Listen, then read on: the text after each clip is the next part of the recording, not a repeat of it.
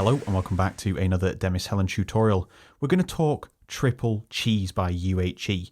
Now I keep seeing things on the internet floating around, whether it's in comments, whether it's on forums, Facebook pages as well, where people say Triple Cheese is a load of rubbish and sounds awful. Now if you understand what Triple Cheese actually does, you probably will be in for a surprise and then start to appreciate what it really is doing. So what it's doing here is we have three main sections up here, but one, correct me if I'm wrong, is only creating the synthesis. The other two are shaping the synthesis, and it's based on a tuned comb filter, and that replaces the usual oscillator that you'd find there. So these are created from a comb filter.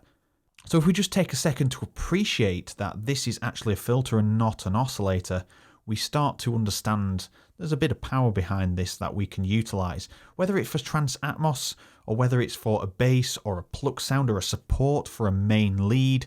There's so many things that this can actually be used for, and many other free synths as well. So let's take a look at Triple Cheese. We're going to create a rolling trance bass, just 3 notes, 16ths, usual stuff. So let's just have a quick look. So you can see here rolling 16ths there with the on beat one missing. And what we'll do is we'll add some audio effects as well. At the moment you can see the inserts are blank, but we'll probably add some sidechain, maybe a transient shaper or some saturation or something like that. But let's just take that as it comes. Right, let's get this video looking a little bit more professional. So bam, there we are. We have a nice moving background and it's now floating in space. Looks really good. We have initialized and this is what it sounds like. It comes with all three on and it comes with some reverb and the LFO's on and everything else. So let's just have a listen first.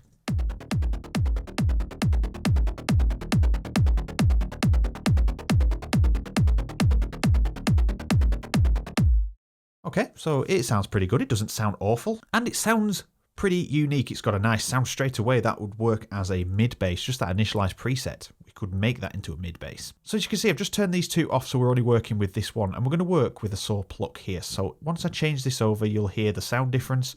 You know what tune, detune and vibrato does and the volume and the pan. So we're just going to focus on moving the tone and the dampening here, and we can, if we want to, attach these to other aspects of the synth like you would be expected to. So you can attach the LFO to it and modulate the tone or the volume or the pan. You get the idea. So we're not going to bother with all those other controls. We're just going to focus on the tone and the dampening.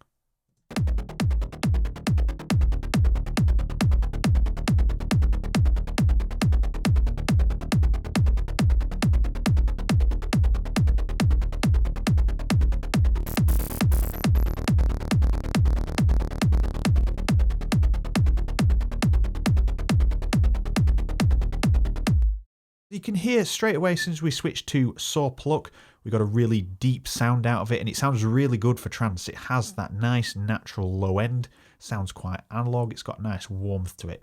And before we continue, I'm just going to turn the reverb off. I don't want any reverb on this sound, so we just want it to be nice and dry as it comes out. Even though the mix was down, still turning it off. If we take a look here, you can see at the end, if we just look at the last three in particular, there are other different ones as well, noise, DC and crackle. These two have different settings at the end, so they have resonator, damp and stressor. So these are really for shaping the original sound from, we'll call it comb oscillator 1. These are just shapers for that. So let's have a listen to what the second one can add, and I'm just going to set them all to saw pluck. There are other options, but I'll let you explore things like that. And hopefully this will stop people poo-pooing the Triple Cheese. And remember, a worker does not blame his tools. Triple Cheese is just one of those tools.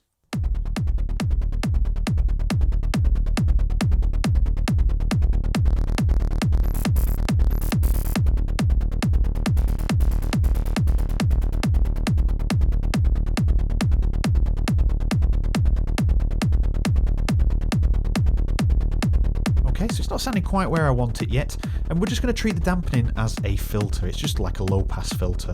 That's just letting all the lows come through. Sounds really nice.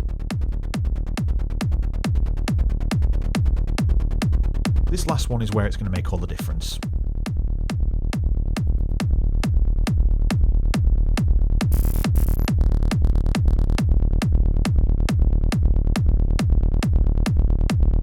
I've got it roughly where I want it to sit. Let's change envelope 1 here to get a nice plucky sound.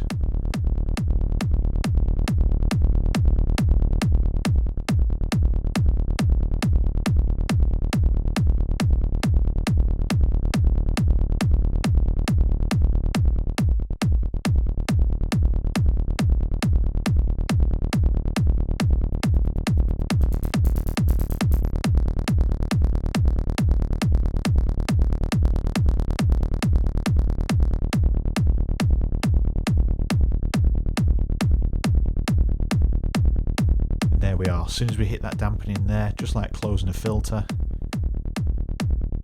we've got something decent to work with. So let's remove the kick just for a second.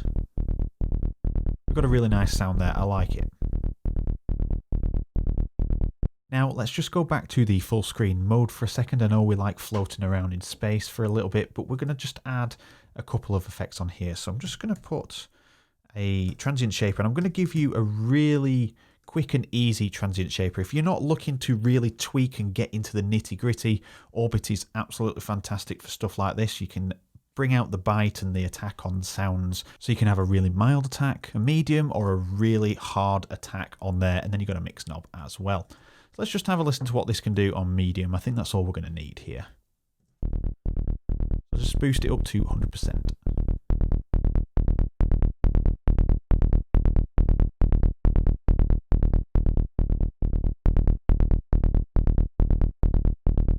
So I think 60 is going to sound about right, somewhere here. That will do for now. So we've now added a little bit more punch to the sound, and then let's just put some sidechain on. We'll just use LFO tool here, drag this down, and I'll just tweak this ramp here a little bit.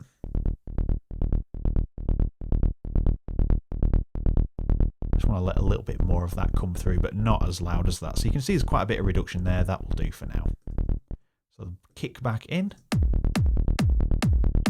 And now we have that set up. If we wanted to open up the sound a little bit more, we can just open up the dampening here, and that will act like our filter opening.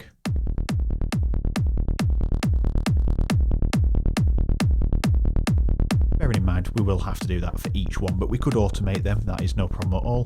We can start to add a little bit of movement in there now as well. If we want to add a different effect in here, we can add a phaser, for example, turn that on.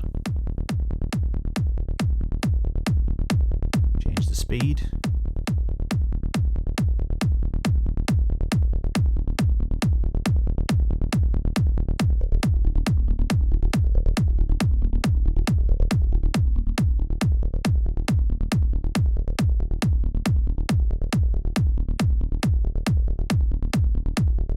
Okay, so I hope that does explain just using it for a bass. We can use this for plucks and things like that.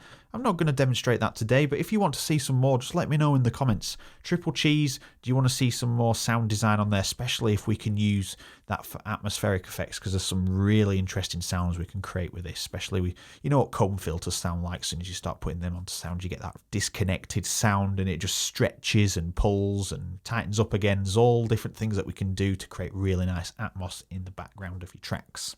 And there we have it. Just listen for a second.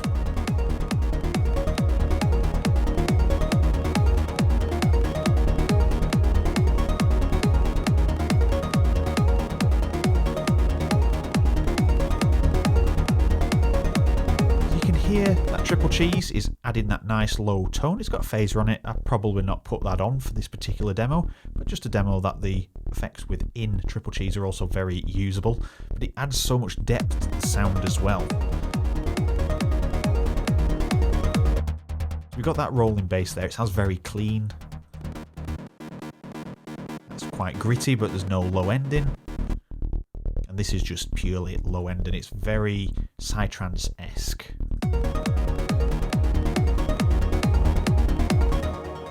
And if you want to see more Triple Cheese madness, hit the like button, show your appreciation for Triple Cheese and the Demis Hellen community, and also let me know in the comments if you want to see more of that sort of content as well. And finally, if you want to just go that one extra step further, subscribing and hitting the bell icon will give you first class feed information, so every time that I upload you'll see it in your YouTube feed straight away, so you can get up and going with your new production ideas. So thank you very much for watching, and I will see you all in the next video.